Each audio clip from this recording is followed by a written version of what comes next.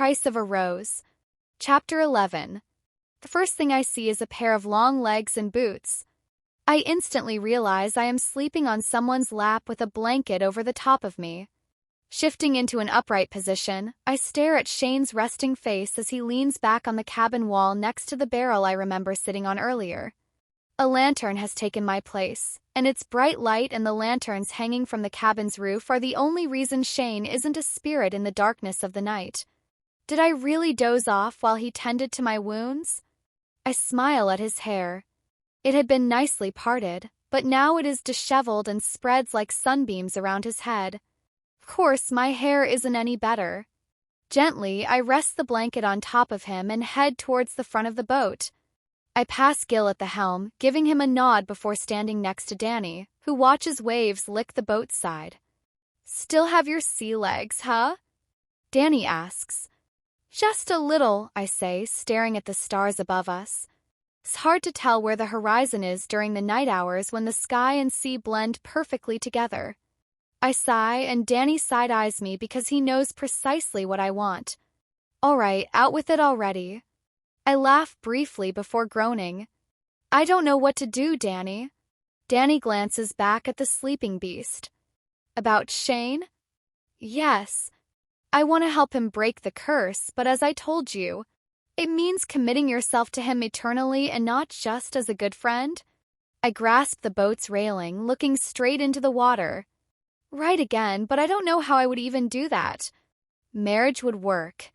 "Arg, but I'm deciding that in less than a week?" Beforehand, I still had months, and even then I said I couldn't promise him anything. And well, he does have these other women fawning over him now, but they're just experiencing infatuation. I doubt the Creator would count that as love, let alone eternal love. Besides, he's made it clear he loves me, so it wouldn't matter if another girl loves him because it has to be mutual. So basically, you're saying it is either you who breaks it or no one, but you don't know if you can return his feelings. That about sums it up. Hey, you're married now. What made you realize Sasha was the one? And don't say love at first sight. Danny grins and taps his fingers against the wood. "Well, it was just after Sasha looked for you at the castle. She immediately ran to our house to tell us what happened. I knew she felt guilty for what happened to you, but I never thought she would try to rescue you by herself. That's when I knew because it showed me her kindness, bravery, and accountability. So, little sis, what do you want in a husband? Committed, compassionate, respectful, attractive, good communicator, and I like brave and accountable too." I rattle off, having thought about it beforehand. "Okay, and is Shane any of that?" I frown. "He's always been attractive, but he sure wasn't the rest when we first met, at least not consistently. But now..." I glance back at Shane, thinking about how he's changed all on his own. "You know, I thought he would be an obsessive scumbag when we started searching for you, but he was the most rational out of all of us. He knew what to do and wanted to save you and end the men's operation completely. But we were merely thinking about getting you back. I'm glad, and that's why this is so difficult. He deserves to be free because he's put in the effort. It seems unfair of the Creator to curse him forever." Danny's eyes crinkle with amusement.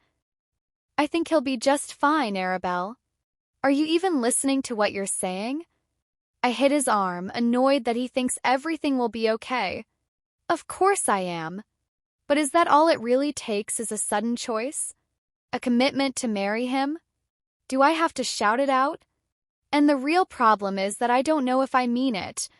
Danny pats my back in the most unsympathetic way possible, but when he speaks, his words smack me harshly in the gut. "Well, you aren't going to find out by talking to me." He is right. If I want to know my true feelings for Shane, I need to spend this time with him, not my brother's. Love needs time, and eternal love is timeless. "Sometimes I really hate talking to you." Danny shrugs. "Only when I'm right and you're wrong." I leave him to shine in his victory while I return to Shane, who is still sound asleep. I sit beside him, leaving a foot between us. I stare at my feet, watching my brown leather shoes clap against each other. Aside from time and communication, physical touch is another factor in forming a romantic relationship. After a deep breath, I scoot over so my shoulder brushes his. I rest my hands on my lap, tapping my fingers together as I wait there awkwardly. I think about resting my head on his shoulder or moving the blanket to cover both of us. However, I freeze when I feel him shift next to me. Shane's eyes open and he snickers at me. "What are you doing? Plotting my murder?" "What? No. What gave you that idea?" I ask while my cheeks burn. How come I am so bad at this? I easily flirted with him before, but then I didn't consider him as a romantic partner. "Oh, then why do you look so nervous?" He moves in closer, and I can see the glow of the lantern's lights in his gray eyes. I stare at Gil's back in front of us and pout. "I'm trying to spend time with you. That's all. I made a promise that I intend to keep." "Oh, that promise. The one where you'll attempt to fall in love with me. Well, thankfully for you, I have to woo you and not the other way around. As you know, I'm already in love with you, Arabelle. So, all you have to do is take my advances earnestly and be, well, less judgmental. I promise I'm not after your family land or even to break my curse, so shove all those thoughts aside." "Suddenly, you've grown lousy at flirting," I say, crossing my arms and turning my head to the left so I can't see Shane at all. "That's because I haven't started yet. Now, do you want me to proceed? I'll win you over in a heartbeat." I peek over at him. What is he planning? If he's going to recite poetry or something, he better think twice. I love books, but poetry has always been a bit much for me. "Oh yeah, well, give it your best shot." A smile tugs at his lips. Shane removes the blanket from his lap and wraps it around me. He then kisses my forehead and my cheek and pauses at my mouth. I wait for the kiss, but he rubs his nose against mine instead. He backs away and adjusts his position, lying his head down on my lap. "Now it's my time to use you as a pillow." I stare down at him, and my hands automatically begin to play with his hair. Admittedly, I enjoyed the kisses but wasn't satisfied with the ending. "Why'd you stop there?" I whisper. He gestures for me to lean down. I bring my ear toward his mouth. "Because I don't want to push my luck," he says, "and I love you." He was right. My heart bangs in my chest when he says those words. I sit back up, grateful for his new respect for boundaries. Yet I want this man to kiss me while we're on the same page for once. And that's where he's wrong. I do have to take some action here. Otherwise, this will never work. I need to change just as he did. It's time to start thinking with a more positive outlook. I move my right hand closer to his forehead, brushing at his bangs. He takes a deep breath and shuts his eyes. That moment, my bravery launches as I bend down, planting a kiss on his lips. When I back up, his eyelids lift.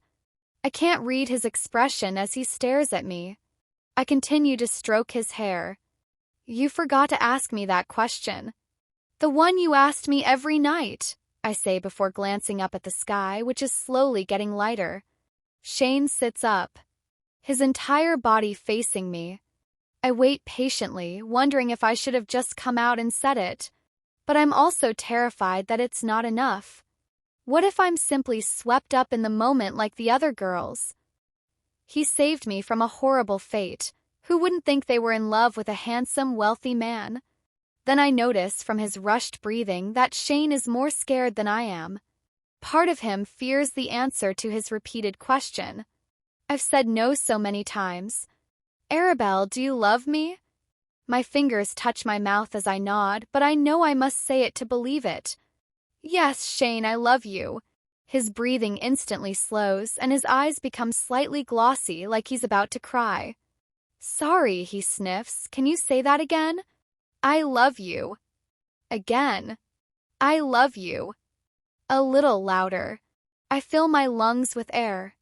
"I love you." Gil jumps, Danny spins, and Flint sprints to the front of the boat. The girls in the cabin race out, and everyone stares at us for a solid minute. I'm entirely red, but Shane crashes through the awkward moment by laughing like a hysterical child. His joy is infectious as everyone laughs with him. However, Gil stops laughing once Shane puts his hand on top of mine. My brother grunts and lifts Shane to his feet. Now that you've worked everything out, I'll need you to remain 6 feet away from my sister for the rest of the trip. Shane collects himself and clamps a hand on Gil's shoulder. Of course. I understand, but do I have your permission to ask for Arabelle's hand in marriage sometime in the near future? Gil massages his forehead. Yeah, sure, so long as she says yes. I stand up, drawing closer to Shane. I want to ask if he feels any different, if the curse has been broken. It's too late to tell now when the sun is up. Flint then gets between us and holds me at arm's length. Arabelle, that goes for you too. There will be no more kissing or cuddling, especially while I'm sorrowfully single. I chuckle, Flint, you tender soul. See here, girls, this man desperately needs a woman in his life. The two giggle while Flint tries to act composed. When Danny offers the girls some fish for breakfast, Flint wraps his arms around my neck and rubs his knuckle on my head. I pat his arm, laughing. I'll stop. Let me go. Flint releases me but guides me away from Shane. Peek back at Shane and somehow I fall in love with him all over again. I finally understand what my father meant when he said he missed my mother even though she was beside him. It isn't just about physically being together, but knowing your feelings are anchored. Then, if you stay in the same boat, you'll never drift apart. Love is most certainly a choice.